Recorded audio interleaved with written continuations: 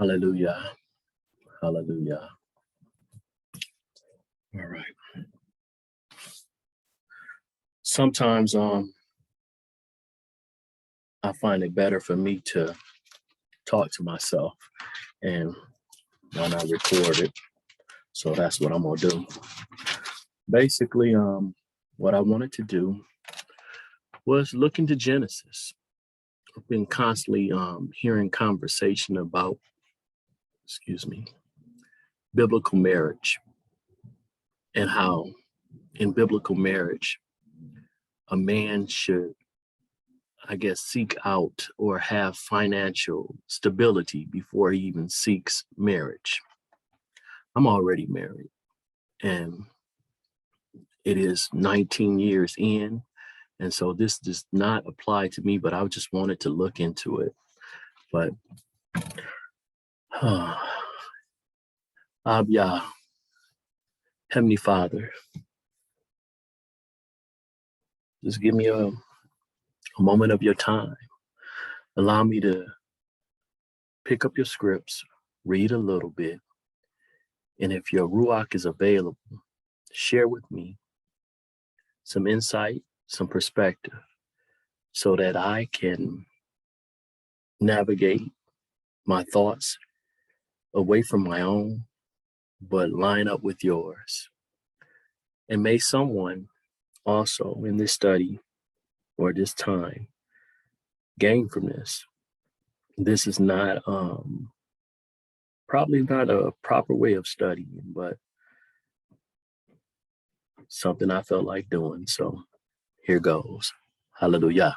All right. Of course, Genesis is where I want to start off. So I pulled out the real Bible instead of using my app, and I'm going to look at it. And the words are small on here. So since the words are small, I'm going to put on my glasses and read.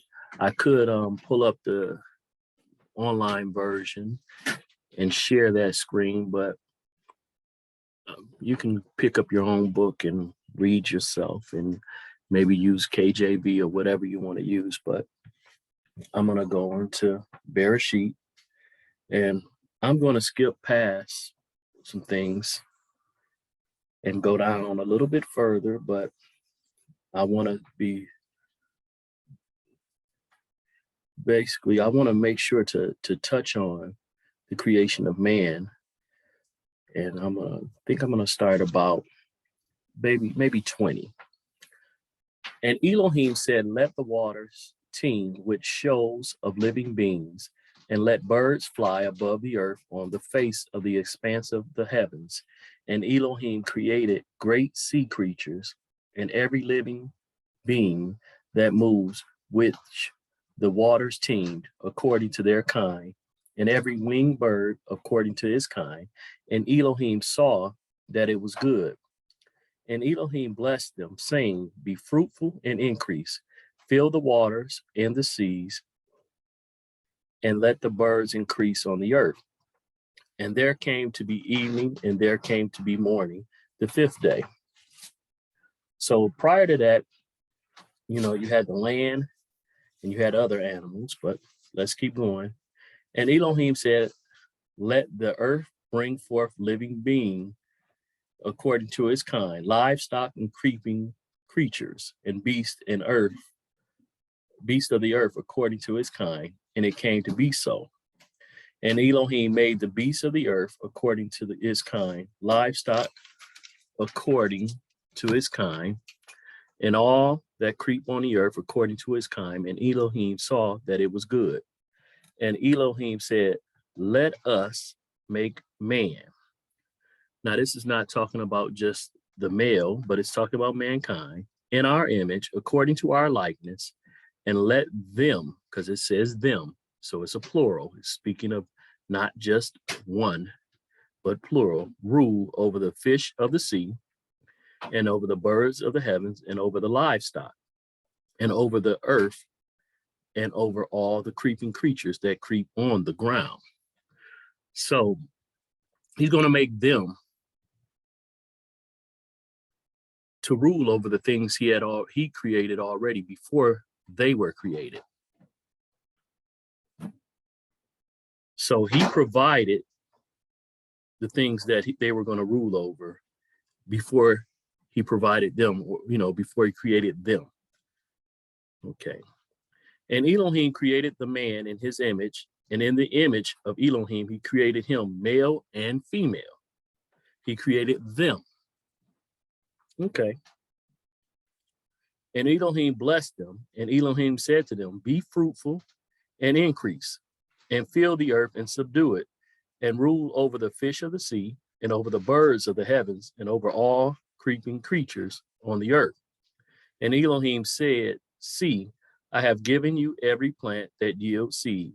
So again, Elohim, or Yahuwah, or the Most High, supplied everything that they need to go forth.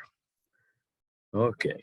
See, I have given you every plant that yields seed, which is on the first face of all the earth, and every tree whose fruit yields seed. To you it is for food. So that's provision, that's food.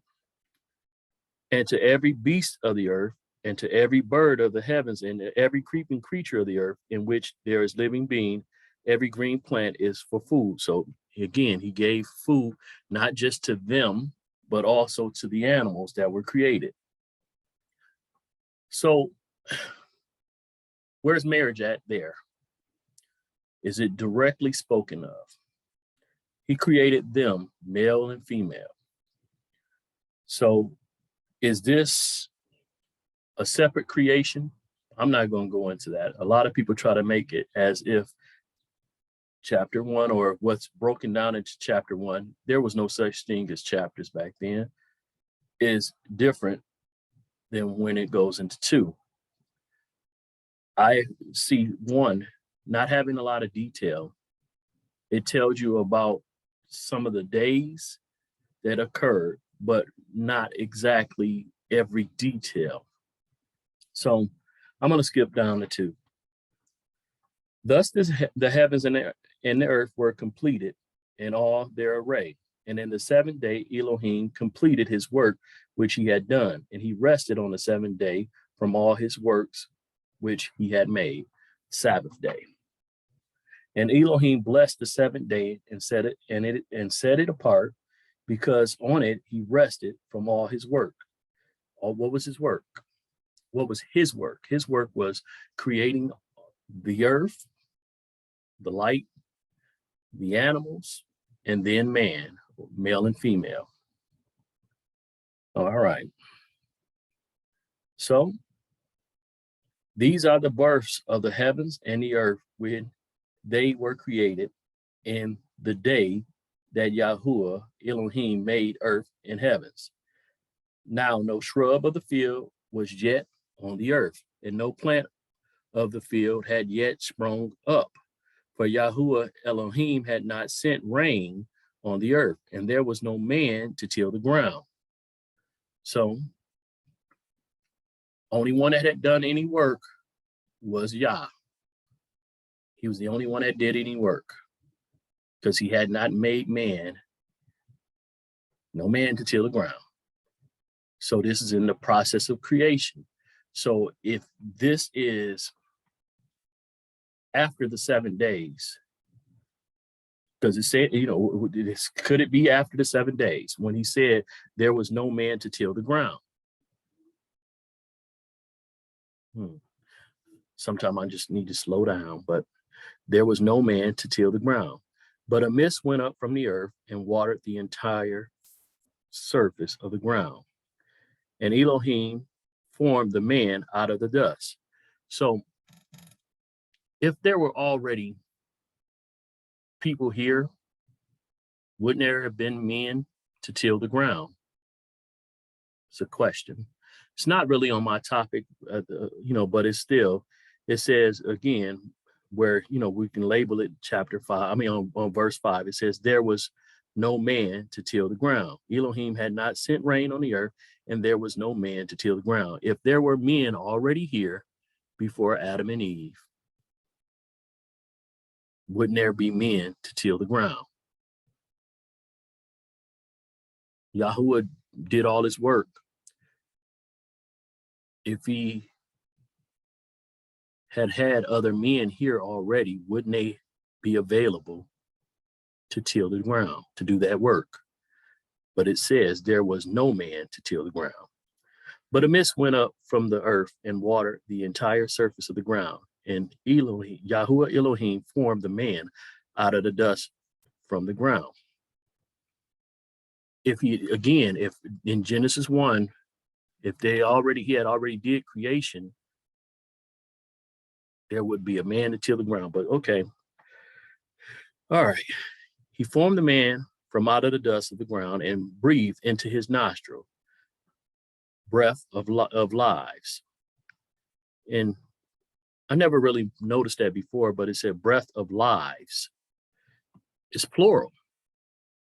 And of course, this is in English, so what did that mean? It could be something different, but it says lives, not live. Breath of life. It said lives. And the man became a living being. And Yahuwah Elohim planted a garden in Eden to the east, and there he put the man whom he had formed. So now he has a man to till the ground. He has a man to work the ground. It doesn't speak of any rain, but it's still, now he has a man to actually work the ground. Before he said there was no man to till the ground, but now he has one to work the ground. And Yahuwah Elohim planted a garden in Eden to the east, and there he put the man who he had formed. He put him in a garden that he had already created, that he worked, that he put together.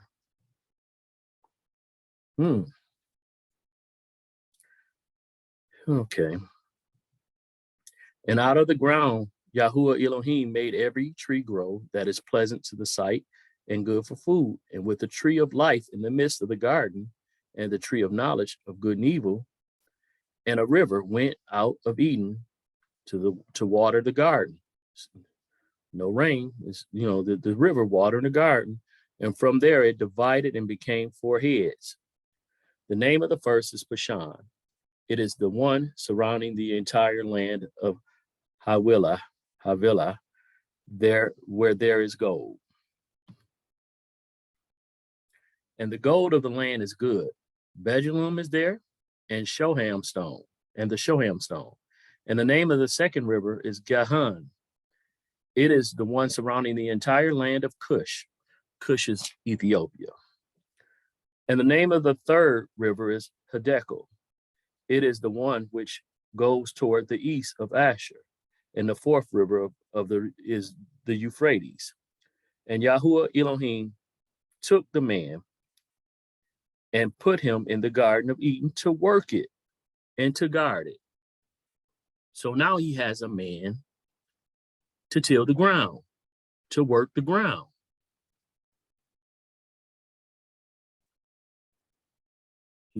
Genesis 1 said he created a man. But now it's saying, he didn't have no man to till the ground. And then now we see a creation of a man to work the ground. So how is this not the same creation? Some say it's 2 creations. It's a separate. But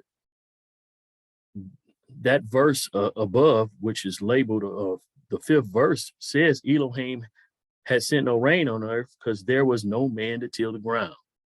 But now, when he has a man, he put him to work on his creation, what he already created. Before, he didn't have anybody to work it. And this is all in what's labeled 2. So what happened to the man in Genesis 1 if it's a different man? Where's that man at? Okay. Anyway. Just questions I have. Sometimes we just got to slow down a little bit and read it a little bit and stop allowing what others have said to us into the conversation. You're reading.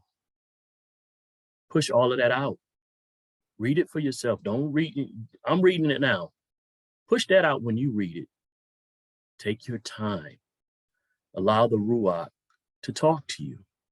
Sometimes it's going to have you ask questions, but if you refuse or reject to ask those questions, you're going to operate in the same cognitive dissonance that has gotten you in the midst of delusion before. You got to push that stuff out of the way and slow down and read and allow Yah in your seek for Yah to talk to you. I'm not trying to, talk about common sense, because none of this is common. We are set apart, and so this is not common. Slowing down and allowing him to talk.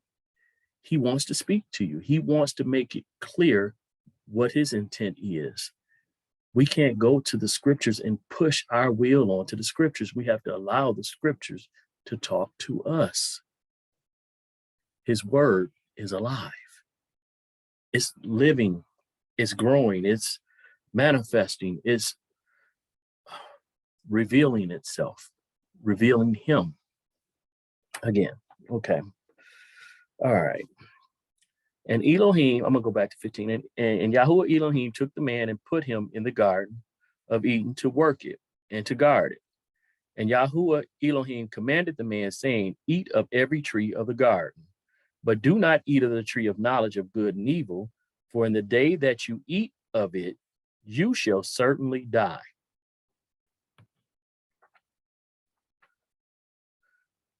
Most of us have read this, so of course, when we come to it again, we automatically put what we believe or what we thought in the past into the context. For in the day that you eat of it, you shall certainly die. Did it say you're going to die right now? Or it said in the day? So in the period, in the time period that you eat it, you shall certainly die. Did it say you're going to die at that exact moment? What is a day to Yah? Is it the same for Yah as it is for man? What did he mean? Those are questions you should ask. And I'm not going to put an answer into your mind, but you should read this whole document and see what he considers a day, and let that influence you and not just what you perceive. But let's keep going. And Yahuwah Elohim said, it is not good for the man to be alone. Okay. I thought he already created male and female. If he already created male and female, this man ain't alone. But again, like I said, no man to till the ground. This man is alone. And Yahuwah Elohim said, it's not good for the man to be alone. I am going to make a helper for him as his counterpart. Does that say as his equal? No, it says as his counterpart. I'm reading it in the TS 2009. I'm not reading it in direct Hebrew. I'm reading in something that's been translated into English. But a counterpart. What does counterpart mean to you? To me, counterpart means someone that complements, that balances, not an equal, but someone that what they bring, it equals out the total thing, but not, the parts are not equal. But together, the one thing is equal. It's one. Equals one. But yeah, anyway. And from the ground, Yahuwah Elohim formed every beast of the field and every bird of the heavens and brought them to the man to see what he would call them. This man is naming all of the creation that Yah made. And whatever the man called each living being, that was his name. He naming it. He has authority. If we go back to Genesis 1, we see that the man was made. Let us make man in our image according to our likeness, and let them rule over the fish. So that he was created to have dominion. But yet we're reading here, and the woman has not arrived on the scene. She's still inside of the man. So the man is naming things with the woman inside of him. So the man gave names to all the livestock and to the birds of the heavens and to every beast of the field. But for the man, there was not found a helper for him as his counterpart. Woman is still not there. His bride is still not there. His wife is still not there. So we see that Yahuwah has supplied basically the animals, the creation, all these things. Then he brought man to that. Woman is inside of man still. He put the man to work. And then he said the man should not be alone. So what did the man bring to this situation other than himself? And the woman that was in him, what did he bring? What did he have to do? He did have to do the work that was assigned to him. That was his job. Not working for someone else, but working for Yah. So the man gave names to all the livestock and the birds in the heavens and to every beast of the field. But for the man, there was not found a helper for him as his counterpart. Again, his complementary, somebody who complemented him, somebody who balanced him, whom he could be one with, come together and they be equal as one, but not one side equal to the other. They complement each other, and as a total, they're one. So Yahuwah Elohim caused a deep sleep to fall on the man. Not the woman. She wasn't there yet. She was inside of him, and he slept. And he took one of his ribs and closed up the flesh in its place. So he did surgery on the man. And the rib which Yahuwah Elohim had taken from the man, he made into a woman. Out of his side came the woman. Not behind him, not out of his back, not out of his belly, but out of his side. She's not less than, but she's a complement. She's not equal, she's a complement to him. Some people get upset when I say that or talk about stuff like that because they feel like I want to make women less than men, but Yahuwah set the order. Men have nothing to do with this other than they have to partake in obedience with the directive of Yah.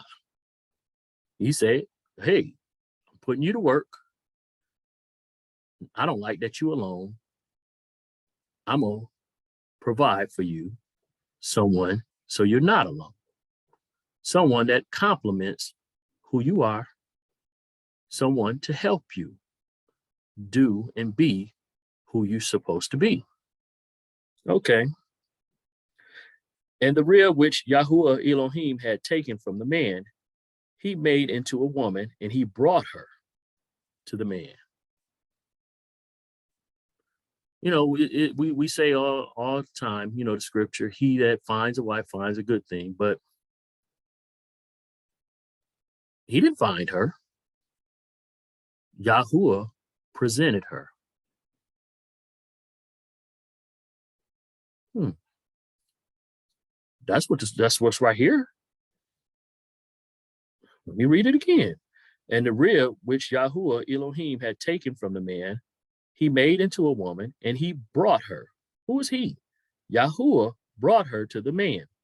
And the man said, this is now bone of my bones and flesh of my flesh. This one is called woman, because she was taken out of man. Man, womb man, woman. For this cause, a man shall leave his father and mother and cleave to his wife, and they shall become one flesh. So that means nobody else human comes before that wife to that man.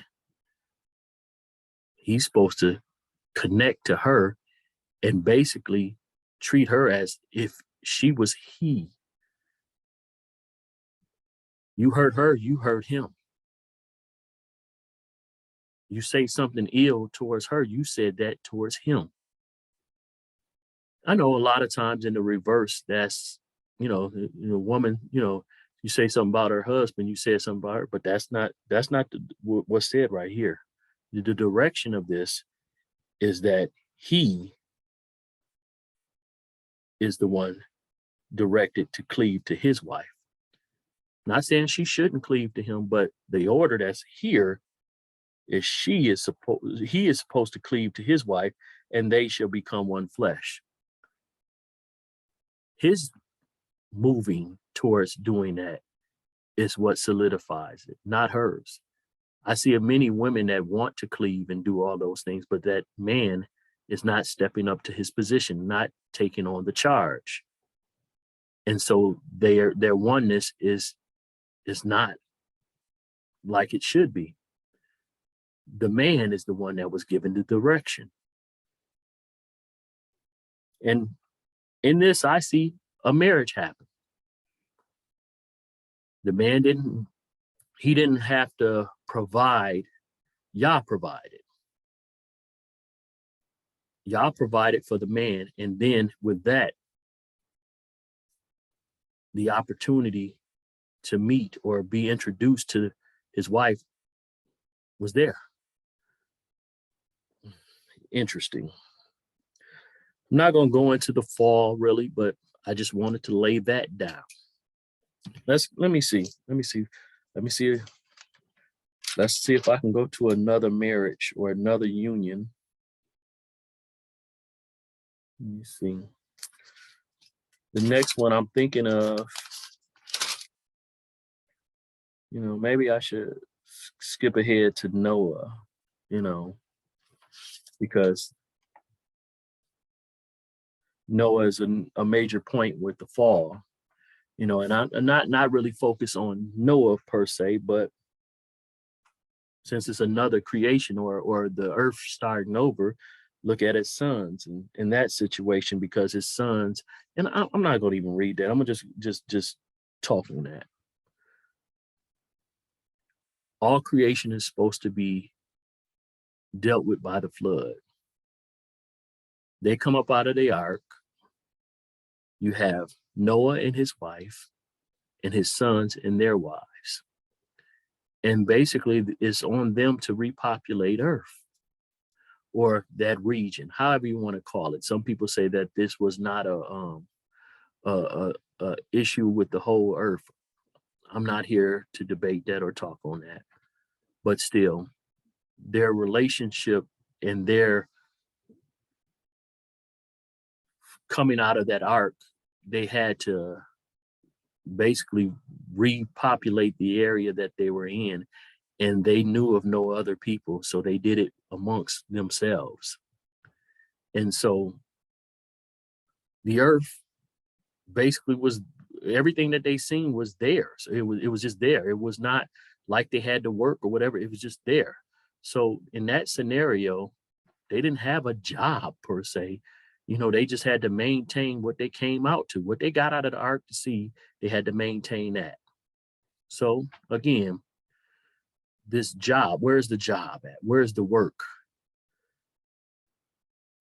So I'm just going free off of that. Where is that at? So then let's move on to the next patriarch that I want to deal with. Let's move on to Abraham. And I'm gonna go free a little bit, and then I'm gonna get into the text, because I know it's irresponsible not to use the text, as much as possible. But I do want to just kind of move it along a little bit. So let me see. Bereshit, or Genesis 12. And Yahuwah said to Abram, "Go yourself out of your land, from your relatives and from your father's house, to a land which I show you." So he left his inheritance. He left what would have been rightfully his. "And I shall make you a great nation." Not, "Oh, you're going to make a great nation. I'm going to make you a great nation." So again, Yahuwah is taking a responsibility. "And bless you and make your name great, and you shall be a blessing." You should be Baruch. "And I shall Baruch those that Baruch you, or bless those that bless you." I try to not to anyway. "And curse him who curses you, and you all the clans of the earth shall be blessed." So Abram left, and Yahuwah had commanded him, and Lot went with him. And Abram was 75 years old when he set out from Haran. And Abram took Sarai, his wife, and Lot, his brother's son, and all their possessions, and they had gathered, and the beings whom they had acquired in Haran. So he took some stuff from his father's house. And they set out for the land of Canaan, and they came to the land of Canaan. So they did take some material goods, I gather, but they did not have a land. They didn't have a home or whatever. They were going to find a new home, directed by Yah. Yah said he gonna bless them. We be busting our tail working, and I guess my issue is not that we're working, but I'm wondering, the whole ideal of working to provide for your family, it's an interesting dynamic, because when is it ever enough? You work, and then you have to do more work and do more work, and you're building up a kingdom of someone else over and over. That's how it is, I guess, over here in this land of capitalism, in here in America. It may not be like that everywhere, but here, most of the time you go to a work for someone else's company, not your own. Doing a business is not really promoted much. And most of us don't have the wisdom or the know-how to do it. We're going on our own devices when we start up a business a lot of times, because we don't have a model or anything to follow. And that's not something that they even teach in their school systems and stuff like that. So most of the time when we're doing it,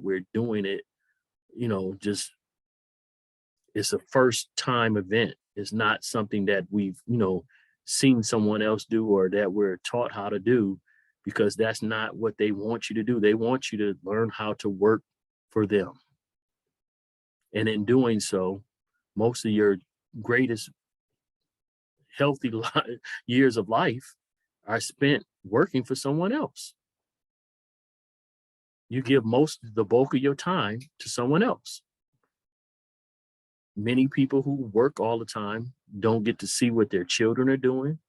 They don't get to romance their wives like they would desire to a lot of times. And most of the time is all about seeking to get a stability by getting money.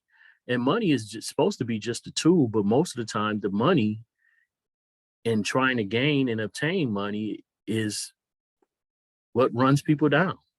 Many people have many health issues because they chasing that dollar. They spend all that time in these plants, all this time in their jobs.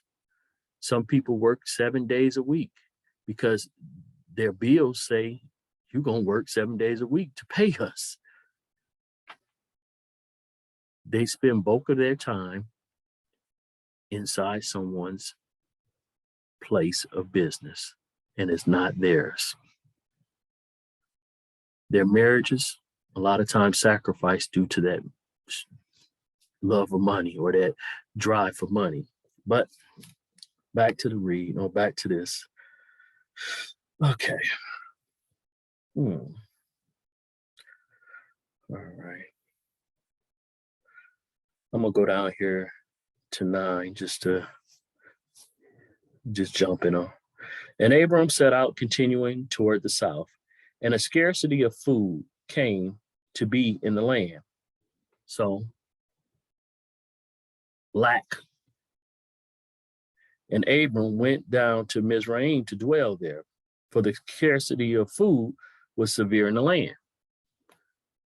He doesn't have his own place. He's going down to a place that may have something, but he doesn't have his own place. His wife is still there with him. Lot is still there with him. All those are still with him. A lot of people have the mindset modernly, well, there's a lack of resources. It's time to leave you. It's time to divorce. I need to have a more stable situation. Love is not enough. You're not enough money in this house. You're not taking care of the responsibilities. A man is supposed to work. Not saying that a man shouldn't work, but even Abraham dealt with scarcity of food. Even Abraham dealt with a struggle, and his wife and his family didn't quit on him. So is it about the money, or is it about the union staying together? To help me, the counterpart, the oneness, the marriage. Is the financial aspect the reason for marriage, or is it a benefit that comes as the marriage endures? These are questions just from me. I'm not going to say that the Ruach gave them to me, but probably did. But I know if I say something like that, may offend somebody, so I don't want to go there. But Abram was dealing with a scarcity of food.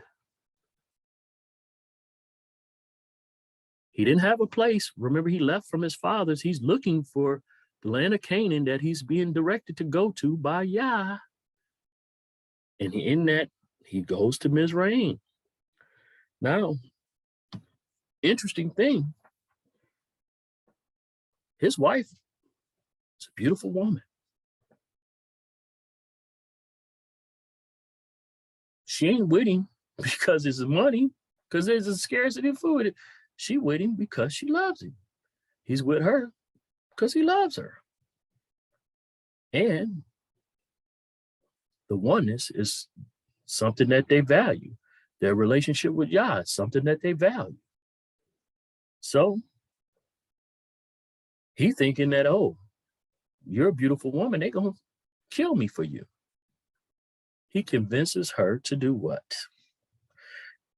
11, and it came to be when he was close to entering Mizraim that he said to Sarai, his wife, see, I know that you are a beautiful woman to look at. He loved this woman. He could look at her and be like, man, you fine. But he ain't the only one that's going to see her. He know other people going to see her. So 12, and it shall be when the Mizrahites, those in Egypt, see you, that they shall say, this is his wife, and they shall kill me, but let you live. Because you're desirable. They're going to want you. I ain't got nothing else to offer them. The scarcity of food is affecting us, and they're gonna take what I value most. Not the money, you. Hmm. That's what I see there. Maybe am I putting too much on this? I don't know. You tell me. And it shall be when the Mizrahites see you, and they shall say, this is his wife, and they shall kill me, but let you live. Please say you are my sister, so that it shall be well with me for your sake. For your sake. He wasn't talking about just for him.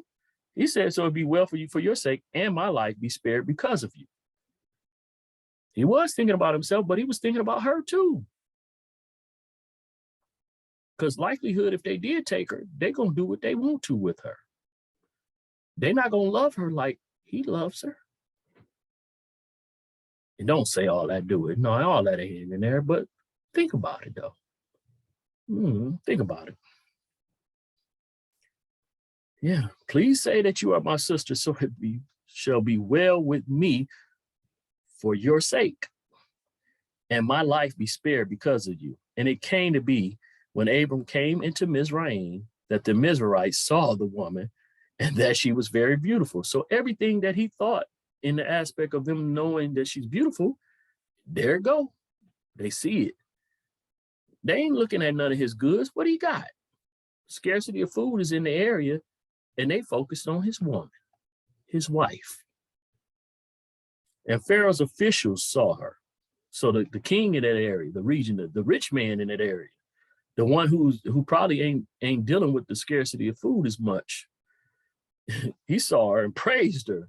You know, when the officials saw her and praised her before Pharaoh, and the woman was taken to Pharaoh's house. Like, you know, we need to get this woman to our king. The fact that Laban's sister, said, and he treated Abram well for her sake. And he had sheep and cattle and male donkeys and male female servants and female donkeys and camels. But Yahuwah plagued Pharaoh. So Pharaoh was doing all right.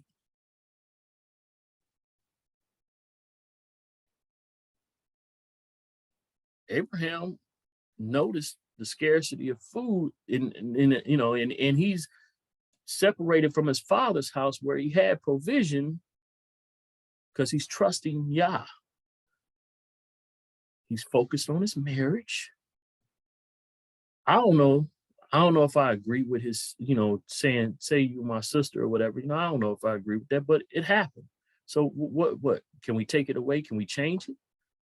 Yah, by our reading, Yah was not displeased with Abram's life when it came to a conclusion.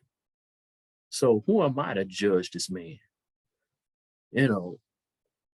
Would I be that brave?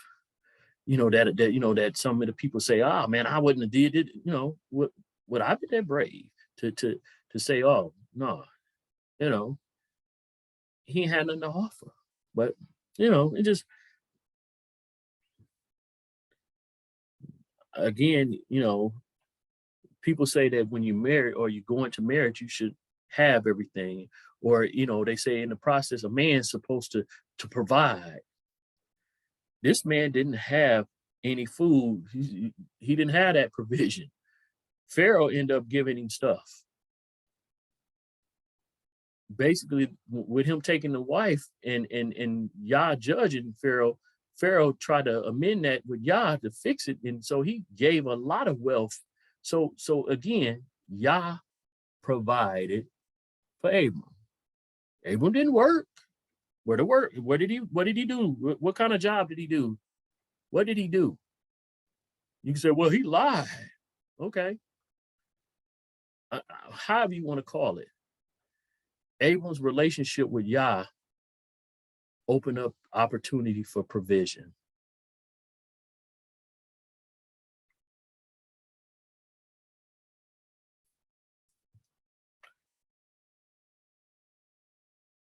And Sarah was key to it. Her beauty was key to it happening.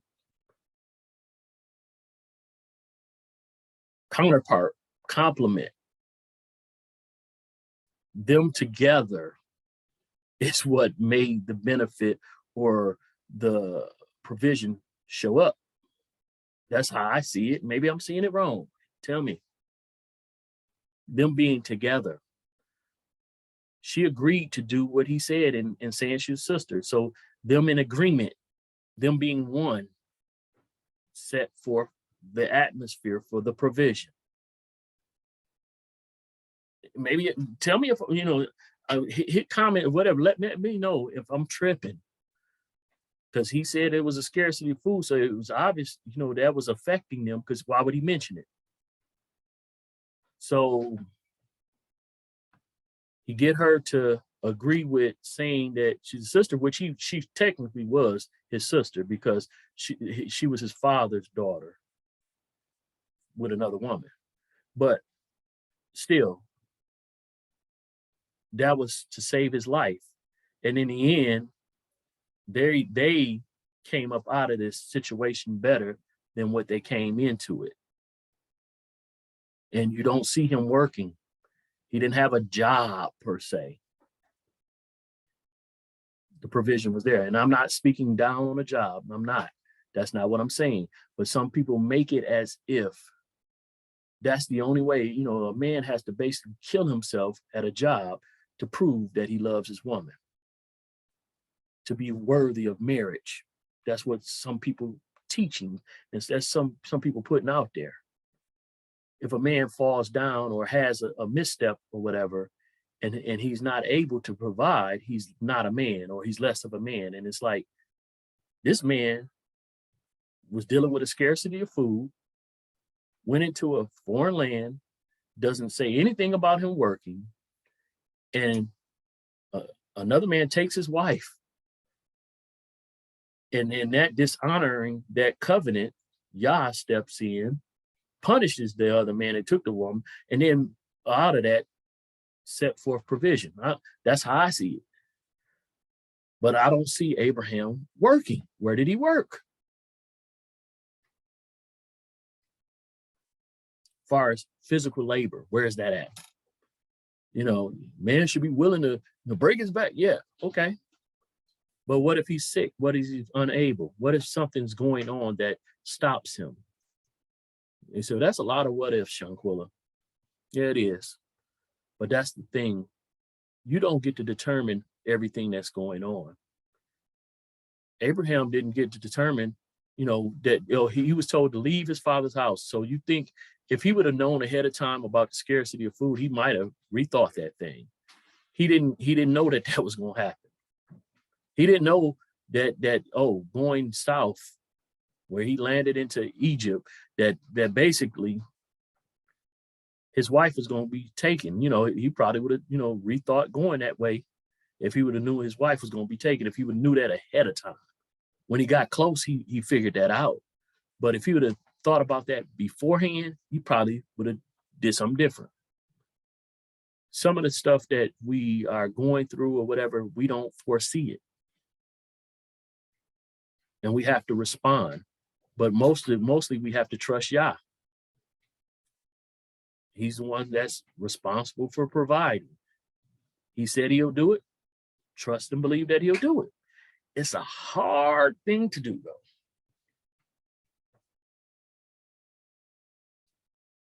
It was hard on Abraham. I'm pretty sure I didn't see him have a conversation. I don't know, maybe it's missing, but I don't see him having a conversation with Yah like, oh, should I say she my sister? I think that sounds like something he did out of his own device, something he did out of his own, but Yah still took care of him. He looked out for him. Anyway, that scenario happened again too. I think it was Abimelech or whatever. He went to another land and he did same thing. And he ended up leaving out of there with more. Let's move forward.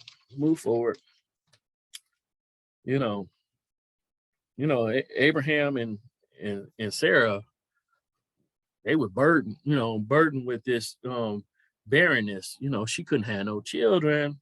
So, he ended up being given Hagar. And that was, basically that was one of the gifts given by the king or the pharaoh of Egypt, or Mizraim, one of his daughters. That's what Hagar was given to Abraham as a servant, but that was, or Sarah, both of them was a servant. And that's where Hagar came from. That's where that possession came from. His first biological son, Ishmael, came from Hagar. That same Pharaoh's daughter. Anyway, that's a side note. But eventually, they had Isaac. And when they had Isaac, Abraham had provision then. Abraham was established then. Y'all had established him. So let's go and check out old Yitzhak or Isaac. And look at him when he got married, or how that got set up. Let me see. Let me go find that, because it's pretty interesting to me in that scenario, because he's in a household where everything is established for him and everything. So it didn't say anything about him working for it, as far as going outside of the home, and he had an inheritance or he had something established. And we are supposed to operate off an inheritance when you look at a lot of how the text is laid down, but most of us know nothing about inheritance because we've been operating in poverty, in impoverished state. We don't even set up an inheritance for our children.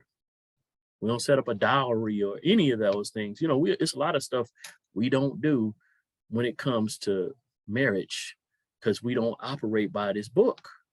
But the world has told us that you got to work, and I ain't saying nothing wrong with work again, but the focal point is always working for money, not having money work for you.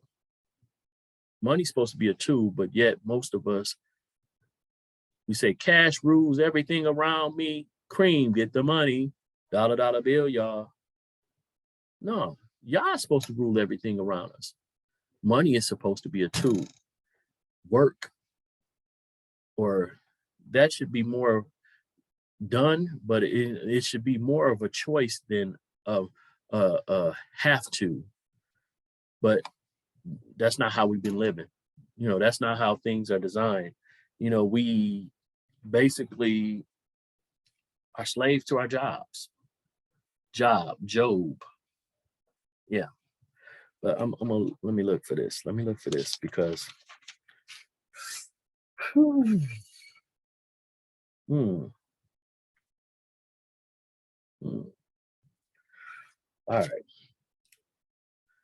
right. Bereshit 24. Genesis 24. And Abraham was old.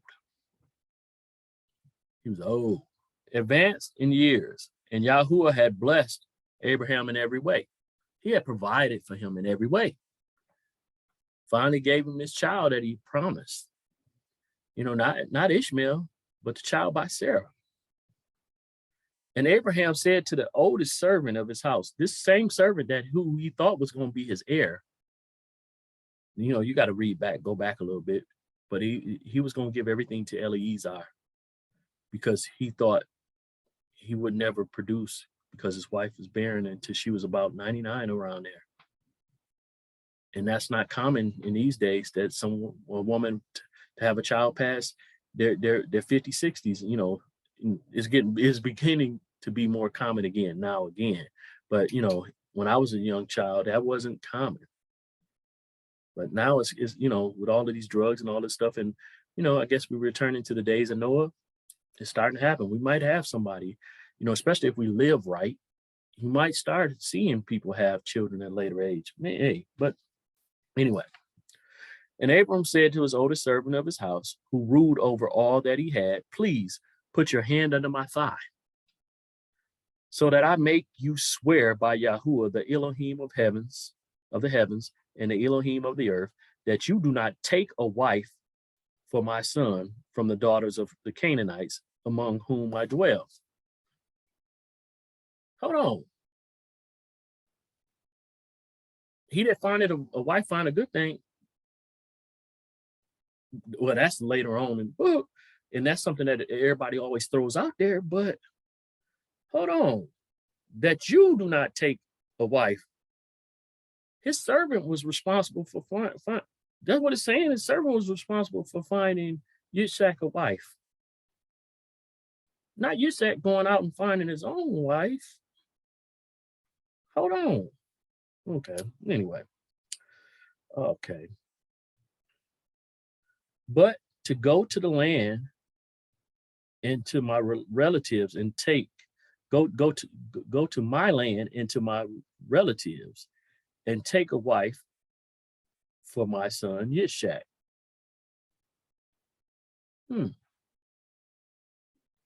Go find somebody of my relatives that's worthy enough to be the wife of my son. That's what I'm reading. And the servant said to him, what if the woman refuses to follow me to this land? Do I then take your son back to the land from which you came? You're like, excuse me.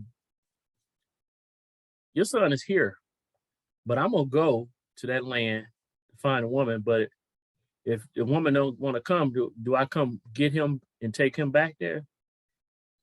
And Abraham said to him, beware, lest you take my son back there. Yahuwah Elohim of the heavens, who took me from my father's house and from the land of my relatives, and who spoke to me and swore to me, saying, to your seed I give this land. So he's like, I give you something else. That back there, yeah, that was supposed to be your inheritance, but no, I don't want you to get nothing back there other than this wife for your son. Oh, now, okay. He sends his messenger before you, and you shall take a wife for my son from there. He's saying, Yahuwah gonna set this up. Again, Yahuwah is providing. Throat got a little dry, so forgive me. And if the woman refuses to follow you, then you shall be released from the oath. Only do not take my son back there. This man, Abraham, still obeying Yah. He like, Yah told me to leave there. Why would I have my son go back there? That's why I read it. Then the servant put his hand under the thigh of Abraham, his master, and swore to him concerning this matter. Now, maybe I should shorten this up a little bit, but basically the servant goes there, and a young lady is very helpful towards him. So he like, maybe this her. And eventually she ends up being her. Goes back and hangs out with the family and everything, and lets them know that, hey, your relative Abraham is the one sent me. And you know, if you allow, he wants me to pick a bride. And the one that came forth, your daughter, is the one that I'm choosing. What do you think? And they like, oh, what, it's up to her, basically. And she was young. I'm not going to even go into the age thing right now because some people get offended, but still, she said, oh, I'll go. Yah had sent forth his messenger, so he worked on their hearts and everything and had them ready and prepared to do this thing. Abraham sent gifts along with it, because Abraham was being like his father, Yahuwah. He was providing for the marriage of his son. He was providing for his son so his son could go into wedlock or marriage and not have lack. Provision there. That ain't how this setup is. Fathers aren't setting the stage not modernly for their children to have provision. Nowadays you got to go get it yourself. You better go get it. You better go get it. And many don't marry to late age because they out there going to get it. They're going to get it. Yeah. So they get older in age. They not as, and a lot of times in that, they done hoard themselves out because they don't stay chaste. And so they married after they done hoard themselves out. And they bring all that whoredom into their marriage. And then you wonder, again, why marriages struggle. Because they out there going to get it. They focused on the money when they probably should have married young and complemented each other, being counterparts to one another, and built from there while they're both young. I don't know. Maybe that sounds too book-like or novel-like. I don't know. Because while they both young and stuff like that, it ain't no children there ahead of the marriage. They can learn one another. They can learn to support one another, learn to encourage one another.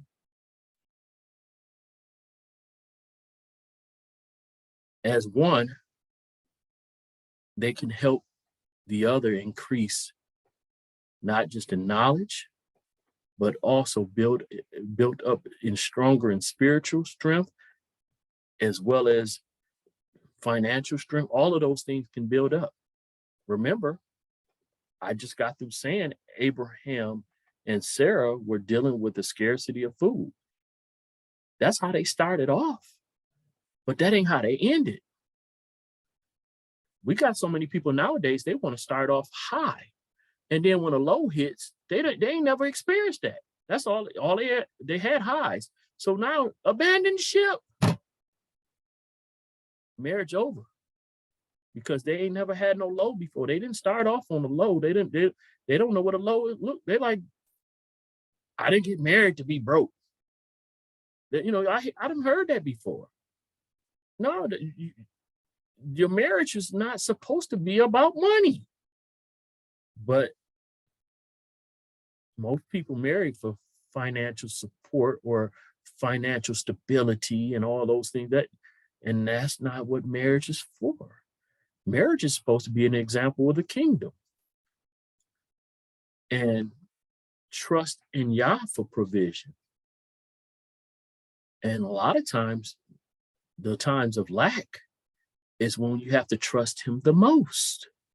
If you don't have any experience in learning and trust him in that, and you're already up high, you probably take for granted that you're up high. And so when you go low, when you get to the lack, you forget Yah was the reason in the first place. This is not benefiting me. I didn't get married to be broke. Well, I thought you got married to honor Yah. Or, you really did get married to not be broke, to be financially stable, to not have to work. Oh, that's what you got married for. Oh, so money is your idol or marriage is your idol, but Yah is not who your marriage is attributed to. Anyway. Yeah. Maybe I'm rambling. I'm always rambling, but I like rambling. So even if you don't like it, I like it. Anyway. but yeah, just interesting. Yeah. So Abraham, his servant, found his son a wife. Yep. And then they had twins. Jacob and Esau, Esau and Jacob, I'm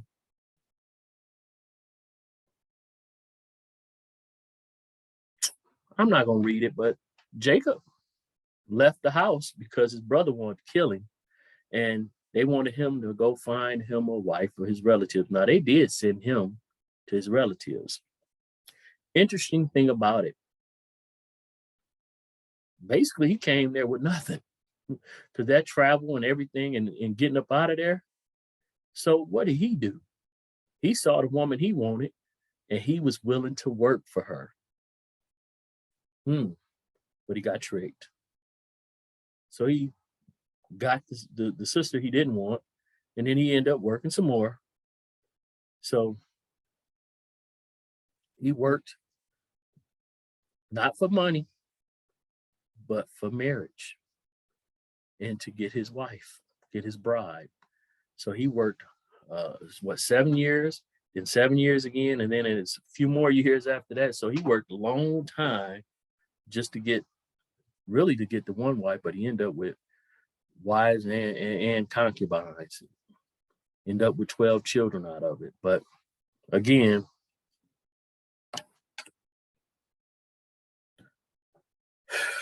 work in his situation was, yeah, it was an interesting dynamic, because he ended up with so much off of it because his father-in-law wasn't as honorable as he should have been. But after he did all of that, eventually, he got to the point where Yah was providing and he was good. He had a lot. You don't hear about him working really, this whole thing of job is modernly, this is a new thing.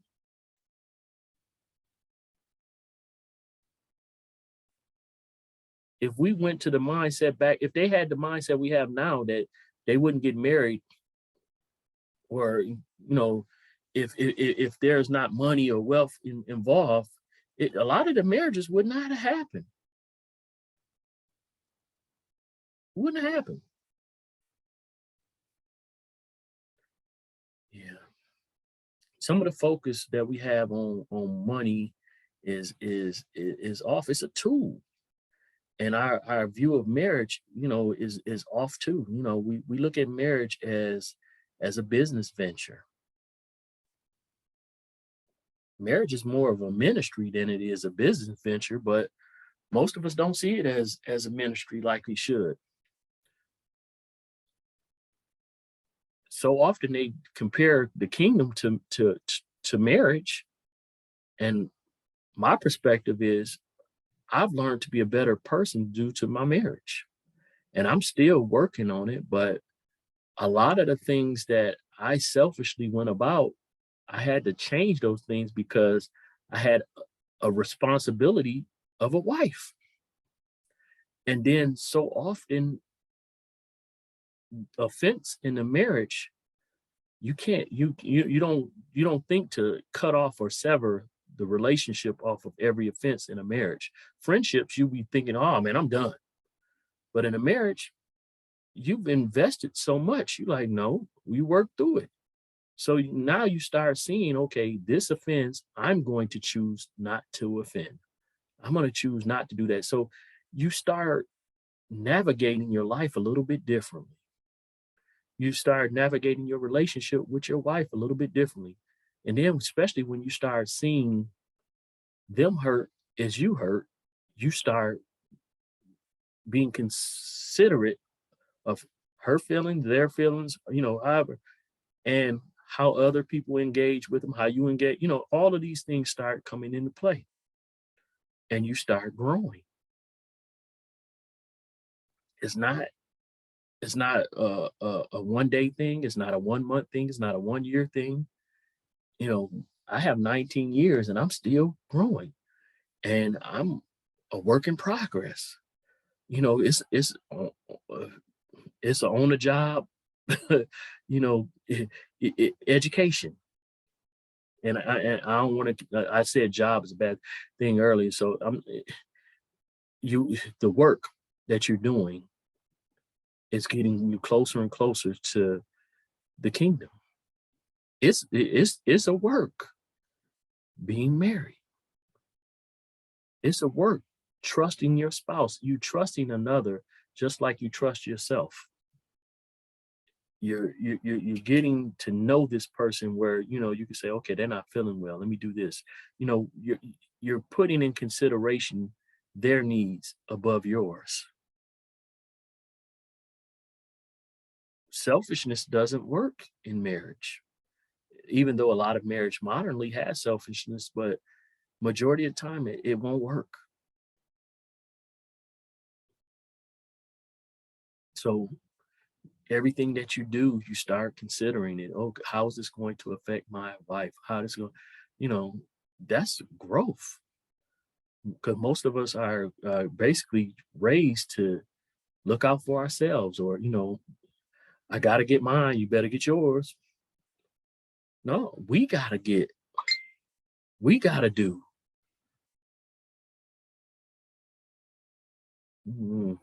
Well, Abiyah, thank you for this time. I probably didn't finish this, but maybe I'll have time to do it and do some more later on. But I thank you just for allowing me to talk. Hopefully someone benefited from it.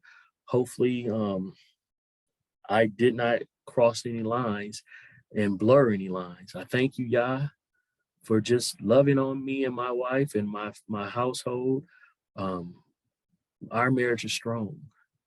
I would love to see more marriages strong. I would like to see many, many, many more marriages in this awakening be used to minister towards other marriages so that they can see that even as some one way awakens and the other one is not, that there's still love there, there's compassion there, there's enduring to the end, that they will sacrifice their time, sacrifice their life so that their spouse can be awakened, that they won't judge them harshly, won't be mean towards them, won't um, sever the tie with them because they haven't got it immediately, but they'll be patient and they'll shine their light, not trying to make them get it, but living so that they see and desire it themselves. I thank you, Yah. Hallelujah. Hallelujah. All right. Baruch atah. Hallelujah.